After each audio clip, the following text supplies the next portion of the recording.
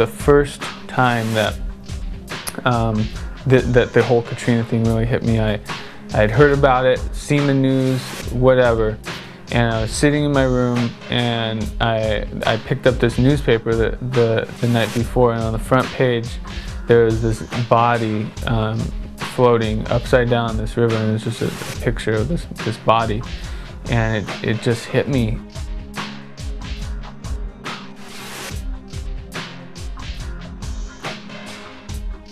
I think it's surreal to a lot of people. People just, it's distant. It's not them.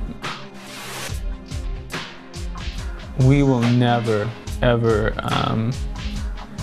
have enough media to awaken us to the reality of the situations that are happening in this world.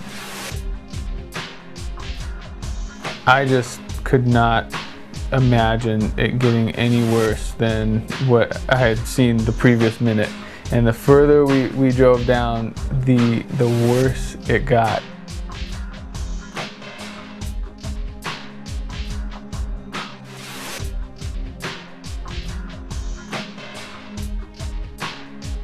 Every class of people and every economic level, every political orientation, from the police officers to the businessmen. These were everyday American people who had no idea that what they were going to experience would affect them for the rest of their lives.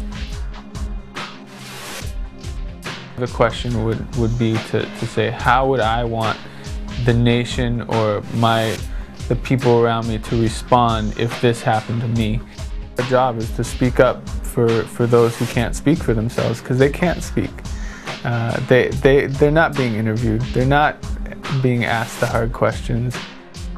The only fault that I would ever say happened in this thing is a failure to act.